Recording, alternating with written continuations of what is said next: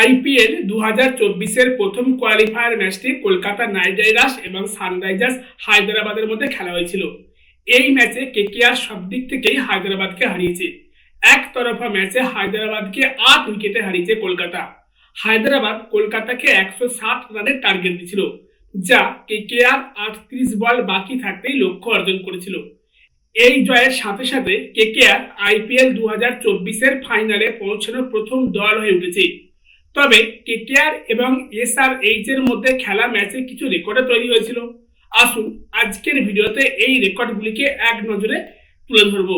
তার আগে আপনাদের কাছে অনুরোধ, আপনারা চ্যানেলটিকে সাবস্ক্রাইব এবং ফলো করে দিন, যাতে ক্রিকেট সম্বন্ধে বিভিন্ন তথ্য আপনাদের কাছে পৌঁছতে পারি। চলুন শুরু করা যাক। সবচেয়ে বেশিবার আইপিএল ফাইনালে ওঠা রেকর্ড চেন্নাই সুপার কিংসের নামে রয়েছে। সিএসকে 10 বার টুর্নামেন্টের ফাইনালে উঠেছে।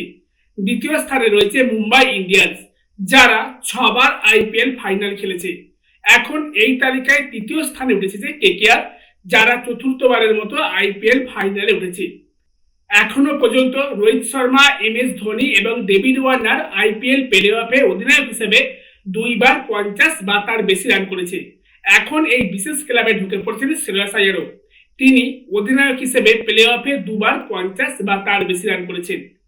আইপিএল এর সবচেয়ে বেশি সংখ্যক ম্যাচ জেতার রেকর্ড সানরাইজার্স হায়দ্রাবাদের দখলের কাছেই আছে, কিন্তু অন্য একটি রেকর্ড রয়েছে এই সানরাইজার্স হায়দ্রাবাদের কাছে।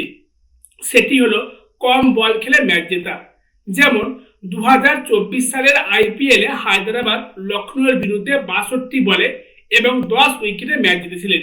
অর্থাৎ প্রায় 10 ওভারের মধ্যেই লখনৌকে তারা হারিয়েছিল।